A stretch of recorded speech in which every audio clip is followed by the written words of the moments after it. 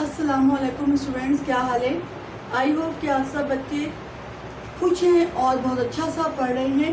Student, जैसा कि आप जानते हैं कि 9th क्लास की बायोलॉजी बुक का चैप्टर नंबर 1 है और उसकी एक्सरसाइज 1 हम कर रहे हैं। चैप्टर है इंट्रोडक्शन टू बायोलॉजी। बायोलॉजी के पूरे कॉन्सेप्ट हमने अच्छी तरह क्लियर कर लिए हैं। अब हम उसकी एक्सरसाइज कर रहे हैं। एक्सरसाइज में भी मैं पहले आपको MCQs करवा चुकी हूँ और जो कॉन्सेप्चुअल क्वेश्चंस है उसका क्वेश्चन नंबर 1 और 2 का आंसर भी मैं आपको करवा चुकी हूँ। तो आज हम उससे अगला पार्ट, उससे अगले क्वेश्चन जो है उसको हम सॉल्व करके देखेंगे कि वो क्या हमसे पूछ रहे हैं और हमें क्या बताना है। अच्छा, इस सब को करने से पहले मैं एक बात आप लोगों को बहुत अच्छी तरह क्लियर कर दूँ कि फेडरल बोर्ड के जो पेपर होते हैं उसमें कॉन्सेप्ट बेस्ड क्वेश्चंस होते हैं। अगर आप ये कहें कि एक्सरसाइज में से क्वेश्चन आएंगे तो ऐसा बहुत ही कम होता है। कॉन्सेप्ट बेस्ड क्वेश्चन है। आपके कॉन्सेप्ट्स जितने क्लियर होंगे आप उतना अच्छा अपने अल्फाज में आंसर लिख सकेंगे। रट्टा लगाने की कब कोई ज़रूरत नहीं है। वहाँ स्पेसिफिक आपको पोर्शन दिया हुआ होता है, लाइन सी हुई होती है, उसमें उस नंबर के लिहाज से उतना ही आंसर लिखना होता है। ज़्यादा कहानियाँ लिखने की ज़रूरत नहीं होती है। तो हम आते हैं अपने टॉपिक की तरफ, लेकिन फिर मैं बोलूँगी कि कॉन्सेप्ट क्लियर कीजिएगा। सवाल है, क्वेश्चन नंबर 5 है। क्वेश्चन नंबर 5 के 2 पार्ट हैं। पहला पार्ट उन्होंने ये पूछा है कि आप मॉलिक्यूल्स और बायोमॉलिक्यूल्स में किस तरह डिफ्रेंशिएट करेंगे, और दूसरा पार्ट उन्होंने ये पूछा है कि बायोमॉलिक्यूल्स में आपको बायोमॉलिक्यूल्स को मैक्रोमॉलिक्यूल और माइक्रोमॉलिक्यूल्स में आप कैसे डिफ्रेंशिएट करेंगे। तो हम पहला पार्ट अभी कर लेते हैं कि पहले पार्ट में उन्होंने हमसे क्या पूछा है कि मॉलिक्यूल और बायोमॉलिक्यूल में क्या फ़र्क है, दोनों को आप किस तरह आप डिस्क्राइब कर सकते हैं। तो आंसर ये है कि molecule is the specific element और compound that retain the chemical properties of that element और कंपाउंड। यानी मॉलिक्यूल एक ऐसा स्पेसिफिक मॉलिक्यूल ये होता है कि कोई भी स्पेसिफिक एलिमेंट और कंपाउंड जो कि अपनी केमिकल प्रॉपर्टीज़ को बरकरार रखते हैं और 2 या 2 से ज़्यादा 2 और मोर atoms held together by chemical bond, और 2 या 2 से ज़्यादा एटम जब किसी भी केमिकल बॉन्ड के ज़रिए आपस में मिलते हैं तो वो एक मॉलिक्यूल बनता है। ठीक है, एटम जब किसी भी केमिकल बॉन्डिंग के ज़रिए जब आपस में जुड़ते हैं तो वो मॉलिक्यूल बनाते हैं। जबकि बायोमॉलिक्यूल क्या होते हैं? Biomolecule is molecule such as amino acid, sugar, nucleic acid, protein, DNA and RNA that occur naturally in living organism। जबकि बायोमॉलिक्यूल जो है वो जानदार अजसाम में, लिविंग ऑर्गेनिज्म में कुदरती तौर पर जो है वो पाए जाते हैं। जैसे प्रोटीन है, हमारे जिस्म के बहुत सारे फंक्शंस के लिए डिफरेंट प्रोटीन्स जो है वो काम कर रही होती हैं। एंजाइम का चैप्टर आप अभी आगे पढ़ेंगे कि एंजाइम्स क्या होते हैं, वो भी एक प्रोटीन होती है। हमें सेल डिवीजन के लिए बहुत सारी प्रोटीन्स चाहिए होती है। सेल जब डिवाइड हो रहा होता है, DNA जो हमारा यूनिट है हेरिडिटी, जिससे हम एक इंसान जो है वो वजूद में आता भी है और जिसका वजूद कायम है, RNA है और अमाइनो एसिड है, ये सब क्या है? बायोमॉलिक्यूल्स हैं। जबकि मॉलिक्यूल क्या है कि 2 या 2 से ज़्यादा एटम किसी भी एलिमेंट के जब आपस में किसी केमिकल बॉन्ड के ज़रिए जुड़ते हैं तो मॉलिक्यूल बनता है। तो ये मैंने आंसर लिखा है, इसका आप स्क्रीनशॉट ले लीजिए।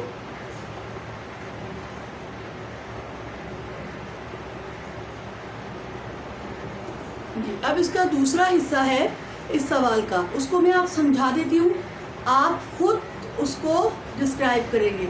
हेडिंग आप ज़रूर डाल लीजिएगा कि मैक्रोमॉलिक्यूल्स और माइक्रोमॉलिक्यूल क्या होते हैं। मैक्रोमॉलिक्यूल की हेडिंग डालिएगा, फिर आप लिखिएगा कि ऐसे बायोमॉलिक्यूल जिनका मॉलिक्यूलर वेट ज़्यादा होता है वो मैक्रोमॉलिक्यूल होते हैं। फिर आप माइक्रोमॉलिक्यूल की हेडिंग डालिएगा और लिखिएगा कि ऐसे बायोमॉलिक्यूल जिनका मॉलिक्यूलर वेट कम होता है वो माइक्रोमॉलिक्यूल होते हैं। मैक्रोमॉलिक्यूल में एग्जांपल लिख दीजिएगा, लिपिड्स है और जो माइक्रोमॉलिक्यूल में पानी है।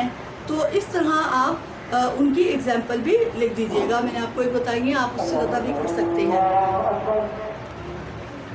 तो आप ये सवाल आपका इस तरह कंप्लीट हो गया कि मैक्रोमॉलिक्यूल जिनका मॉलिक्यूलर वेट ज़्यादा होता है, माइक्रोमॉलिक्यूल ऐसे मॉलिक्यूल जिनका मॉलिक्यूलर वेट कम होता है।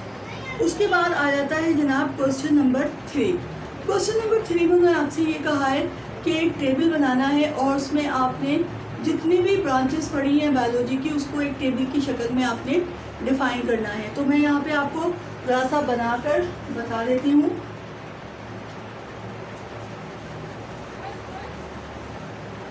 क्वेश्चन नंबर 3 होगा ये।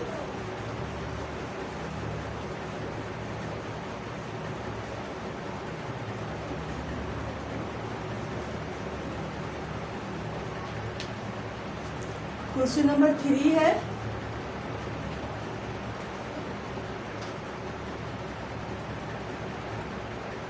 इस तरह आपने यहाँ पे हेडिंग डालनी है आपने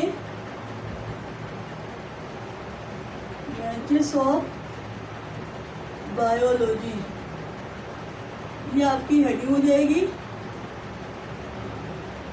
फिर आपने एक टेबल बनाना है।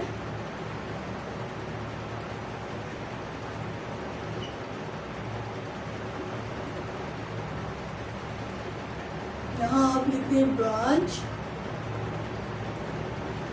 और आप उसके बारे में लिखें डिफाइन। पहला आगे आपके पास आ गया टैक्सोनॉमी, ये एग्जांपल दे रही हूँ तो आपने इसके बारे में यहाँ लिख देना है। फिर आपके पास आ गया जेनेटिक्स, फिर आपने इसके बारे में ऐसे लिख देना है। अगर आप आता इस तरह आपने मॉर्फोलॉजी, ये इस तरह आपने लिख देना है टेबल बनाकर। उन्होंने टेबल बनाने के लिए कहा है। उसके बाद आ जाता है क्वेश्चन नंबर 4। अब क्वेश्चन नंबर 4 किस तरीके से करना है वो बता रही हूँ मैं आपको।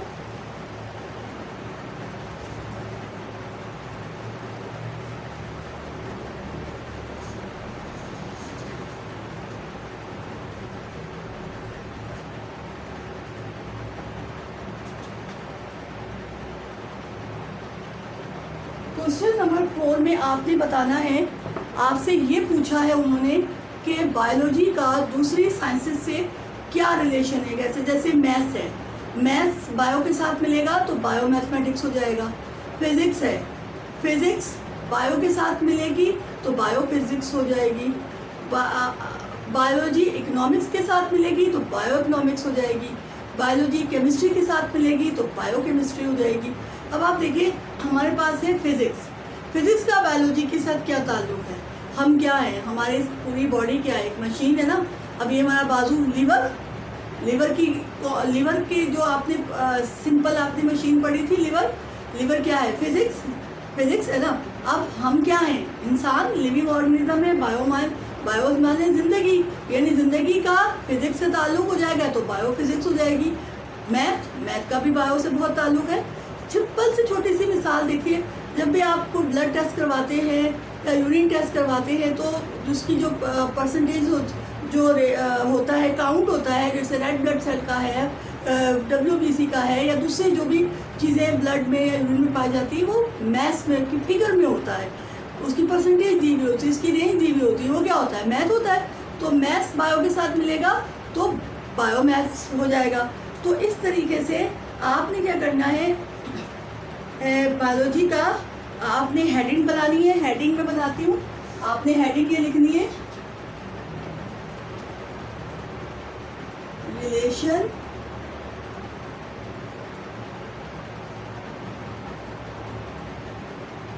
ये आप हेडिंग बनाइएगा biology related to other sciences.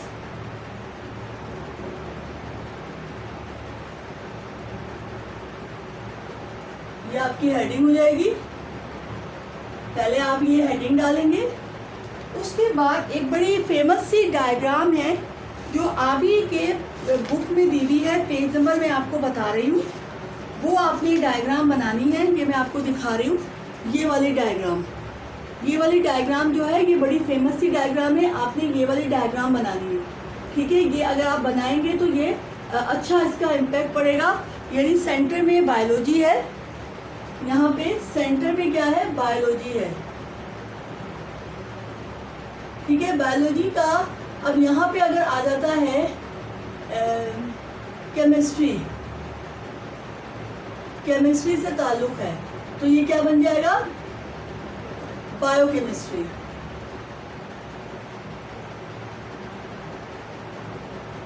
ठीक है, इस तरह की डायग्राम है। ये डायग्राम बनाएंगे आप अपनी कॉपी में बनाएंगे, पहले हेडिंग डालेंगे, फिर कॉपी में ये डायग्राम बनाएंगे और उसके बाद आप इसकी डिस्क्रिप्शन भी लिखेंगे हेडिंग वाइज कि बायोइकोनॉमिक्स क्या है, बायोकेमिस्ट्री क्या है, बायोफिजिक्स क्या है, इन सब के बारे में लिखेंगे। उसके बाद बच्चों आपका अगला सवाल जो एक्सरसाइज का है वो है आपके पास ज़िंदगी यानी जानदारों की तंजीम के लेवल्स पर मजमून लिखें। तो आपने लेवल ऑफ ऑर्गेनाइजेशन पढ़ा, सब एटॉमिक और एटॉमिक लेवल से, मॉलिक्यूलर लेवल से शुरू करके हम कहाँ आए थे, बायोस्फीयर पे। आपने इन सब के बारे में एक मजमून की जो है वो ऐसे की शक्ल में आपने इसको लिखना है। ठीक है, ये थे आपके आज के सवालात। कुछ शॉर्ट क्वेश्चन रह गए हैं जो कि बहुत छोटे से दिए हुए, 2 दिए हुए हैं कि बायोटेक्नोलॉजी, ये आपकी शॉर्ट क्वेश्चन का बता रही हूँ। बायोटेक्नोलॉजी की तारीफ, ब्रांचेस आपने पढ़ी नहीं है कि बायोटेक्नोलॉजी क्या होती है, आपका कॉन्सेप्ट क्लियर है, आप अपने अल्फाज में हेडिंग डालिए बायोटेक्नोलॉजी और लिखिए। ठीक है, उसके बाद है हॉर्टिकल्चर से आपसे रिलेटेड क्वेश्चन पूछा है कि हॉर्टिकल्चर क्या होता है, हॉर्टिकल्चर की हेडिंग डालिए और उसके बारे में लिखिए जो कि आपने समझा हुआ है। ये था आपका आज चैप्टर नंबर 1 की एक्सरसाइज, आपकी जो है वो ख़त्म हो गई है, पूरी कंप्लीट हो गई है, मैंने करवा दी है। तो आपको इससे बहुत आसानी होगी। इसके अलावा ये ज़रूरी नहीं है कि इसके यही क्वेश्चन आए, बुक में से कुछ भी पूछा जा सकता है। आपने जो मुस्लिम साइंटिस्ट हैं, 3 साइंटिस्ट दिए हुए, उनको भी पढ़ना है, उनकी बुक्स के बारे में पूछ लेते हैं, उनकी का किसी एक के जो उनकी खिदमात हैं उनके बारे में पूछ लिया जाता है। तो कॉन्सेप्ट्स आपने अपने सारे क्लियर रखने हैं। तो आज की क्लास यहाँ तक, मिलते हैं, नए चैप्टर शुरू करेंगे इंशाल्लाह अगले वीडियो में। जब तक अल्लाह हाफिज़।